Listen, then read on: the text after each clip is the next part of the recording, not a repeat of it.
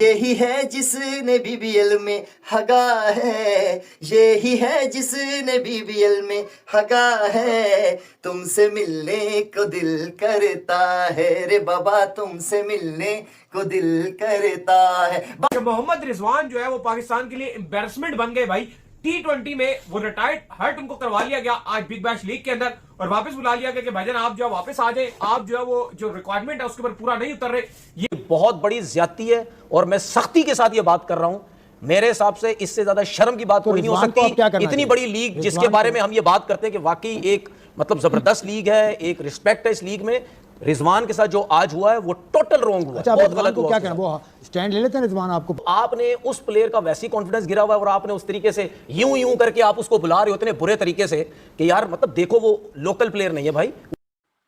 आपके बस का नहीं है तो फिर या तो इंप्रूव कर लें तो या छोड़ दें, या जान छोड़ दें।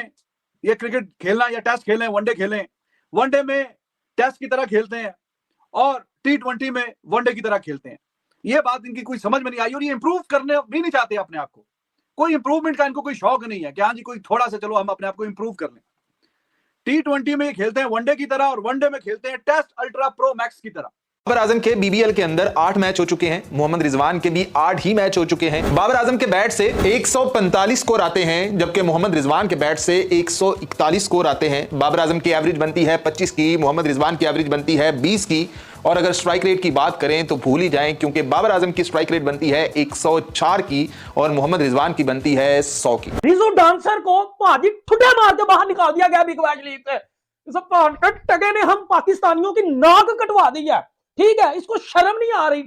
ठुड्डे मार के पैर के टगे को बाहर निकाल दिया गया। यार कोई इज्जत है हमारी? हम भिखारियों की कोई इज्जत है? उस यार जब से मैंने ये वीडियो देखी है ना कि एक पीछे से बंदा आता है, प्लेयर आता है, वो कहता है रिजू डांसर उड़ा आंदा की चल मारो पैर के टगे। एक दूसरे मुल्क से आया मेहमान एक ऐसा क्रिकेटर है जो कि अपने मुल्क का बहुत बड़ा सुपरस्टार हो, जिसको लिपस्टिक किंग कहा जाता हो, जिसको दुनिया का सबसे बड़ा विकेट कीपर कहा जाता हो, जिसको लोग मरते हो जिसका नाम लेने के लिए, लोग उसके घर के बाहर जो है ना लाइन लगा के खड़े रहते हैं हाथों में कुछ लेके, लेकिन लगे तो रहते हैं। लाइन लगाने की बात हुई थी, ये बात नहीं हुई थी कि भाई वो लाइन लगा के किस लिए लाइन लगा के खड़े हैं। तो मोहम्मद रिजवान साहब जो है वो उनके साथ बहुत बड़ा स्कैम हो गया, बहुत ही गंदा वाला स्कैम हो चुका है, क्योंकि यहाँ पर एक बहुत बड़ा प्रैंक किया है हमारी मेलबर्न की टीम ने। मोहम्मद रिजवान को रिटायर्ड आउट करवा दिया गया बिकॉज वो बहुत स्लो खेल रहा था।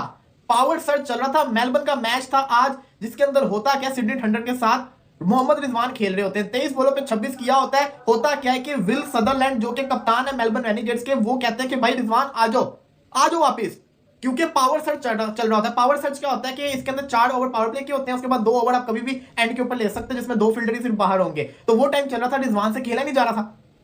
मोहम्मद रिजवान को रिटायर्ड हर्ट किया गया है। ये एक शर्मिंदगी की बात है ना, एक कंट्री के प्लेयर के लिए, और उस प्लेयर के लिए बहुत शर्मिंदगी की बात है। बट शर्मिंदगी की बात उसके लिए इस वजह से होनी चाहिए कि भाई मैं T20 लीग खेल रहा हूँ और इस लीग में मेरा सबसे लोएस्ट स्ट्राइक रेट है। बिग बैश के सीजन का सबसे lowest strike rate Mohammad Rizwan का है, फिर हेनरिक्स का है, फिर बाबर आजम का है। बिग बैश लीग में रिजवान को बोला जी ठीक है बहुत हो गया, बहुत ज्यादा रन आपने कर दिए हैं, तो आप मेहरबानी करके आप बाहर आ जाएं। बेशक कि अगली टीम ने आपको आउट नहीं किया, उनके बस की बात नहीं है, but you please come out. और आप बहुत तेज खेल रहे हैं, इतना तेज मत खेलें कि बस हमसे संभला ना जाए। तो वापस बुला लिया। ये बहुत बड़ी ज्यादती है और मैं सख्ती के साथ ये बात कर रहा हूं। मेरे हिसाब से इससे ज्यादा शर्म की बात कोई नहीं हो सकती। इतनी बड़ी लीग जिसके बारे में हम ये बात करते हैं कि वाकई एक मतलब जबरदस्त लीग है, एक रिस्पेक्ट है इस लीग में, रिजवान के साथ जो आज हुआ है वो टोटल रॉन्ग हुआ। अच्छा, बहुत गलत हुआ। क्या कहना, वो स्टैंड ले लेते हैं रिजवान? आपको पता है किस चीज कोई भी मामला हो स्टैंड लेते हैं, वो सरोगेट मार्केटिंग हो, सुन ले मेरी बात यहाँ उनकी इज्जत पे बकौल आपके, हाँ? उनकी बेइज्जती हुई है बकौल आपके, हाँ? तो उनको क्या करना चाहिए? छोड़ के आ जाना चाहिए? नहीं, छोड़ के क्यों आ जाना चाहिए? तो कोई ऐसे थोड़ी है, कोई हाथापाई थोड़ी हो गई है। फिर भी बिल्कुल अपना एहतजाज उसको टीम के अंदर रखना चाहिए कि बिल्कुल गलत हुआ है, ये ऐसा नहीं होना चाहिए। मैं आइंदा से अपना गेम नहीं बदलूंगा। ये बात नहीं है यार, ये अजीब दूसरी तरफ चले जाते हैं भाई। गेम अगर वो नहीं बदल रहे या वो गेम देखिए यार, ये एक मेरी बात समझने की कोशिश करें। अगर जो प्लेयर गेम नहीं बदल रहा, नुकसान किसका हो रहा है? मेरा, इनका, आपका हो रहा है? किसका नुकसान हो रहा है? टीम का नुकसान हो रहा है, अपना नुकसान हो रहा है। नई गेम बदलेंगे, टीमें सेलेक्ट नहीं करेंगी, पाकिस्तान टीम से बाहर हो जाएंगे, यही होगा ना। हम क्या कर रहे हैं? हम तो सिर्फ अच्छी बुरी चीजें सपोर्ट, हम वो काम करते हैं ना। नहीं चेंज करेंगे तो अब बाहर हो जाएंगे। अगर रिजवान वहां नहीं परफॉर्म कर रहा तो किसका नुकसान? अगले साल उसको नहीं लेंगे, हमें लेंगे क्या?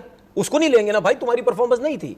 तो बात ये नहीं है, बात ये है कि अच्छा उस टाइम ही है कि जब परफॉर्म करे तो अच्छा है, ठीक है, अब परफॉर्म नहीं है तो आपने इस किस्म का तरीकेकार नहीं, ऐसा नहीं होता भाई। या ठीक है उसको इंजरी हो जाती, कोई मसले हो जाते, या बुला लेते बाहर, या और 100 चीजें होती, लेकिन ये एक प्लेयर वो भी तो कोशिश कर रहा है। अगर उससे 3, 4, 5 मैचेस में रन नहीं हो रहे, और ये मैच था जिसमें वो 27-28 रन कहीं कर गया था, तो जाने देते आखिरी ओवर, शायद वो 1-2 हिटें लग जाती, 35 रन कर जाता, तो उसको भी एक कॉन्फिडेंस आता। तो आपने उस प्लेयर का वैसे ही कॉन्फिडेंस गिरा हुआ है, और आपने उस तरीके से यूं करके आप उसको बुला रहे हो इतने बुरे तरीके से। जहां मोहम्मद रिजवान बैटिंग कर रहे थे, 18वां ओवर खत्म हुआ, टीम जो मेलबर्न रेनिगेट्स थी वो 18वें ओवर में 154 पे थी और 2 ओवर बचे थे। दूसरे एंड पे हसन खान, जो कि पाकिस्तान फॉर्मर प्लेयर होता था, अब वो यूएसए का प्लेयर है, वो बैटिंग कर रहा था मोहम्मद रिजवान के साथ। रिजवान ने 23 डिलीवरीज में 26 रन बनाए हुए थे, और मोहम्मद रिजवान को कॉल आउट कर लिया जाता है, यानी रिटायर्ड आउट कर दिया जाता है। देर बाद ये इंफॉर्मेशन पूरी दुनिया को मिलती है, और पूरी दुनिया इसके ऊपर अब अपनी राय दे रही है। कोई फेवर में दे रहा है, कोई अगेंस्ट दे रहा है। कोई ये कह रहा है कि देखा हम तो कहते थे कि मोहम्मद रिजवान T20 का प्लेयर नहीं है, और कोई ये कह रहा है कि नहीं, मोहम्मद रिजवान के साथ मेलबर्न रेनिगेट्स ने ज्यादती कर दी। जो सबसे पहले ये कह रहा है कि मेलबर्न रेनिगेट्स ने मोहम्मद रिजवान के साथ ज्यादती कर दी, मैं उनको बताता चलूं कि लीग जो होती है ना, ये घर की लीग नहीं है, बाहर की लीग है। मोहम्मद रिजवान लोकल प्लेयर नहीं, मोहम्मद रिजवान फॉरेन प्लेयर है।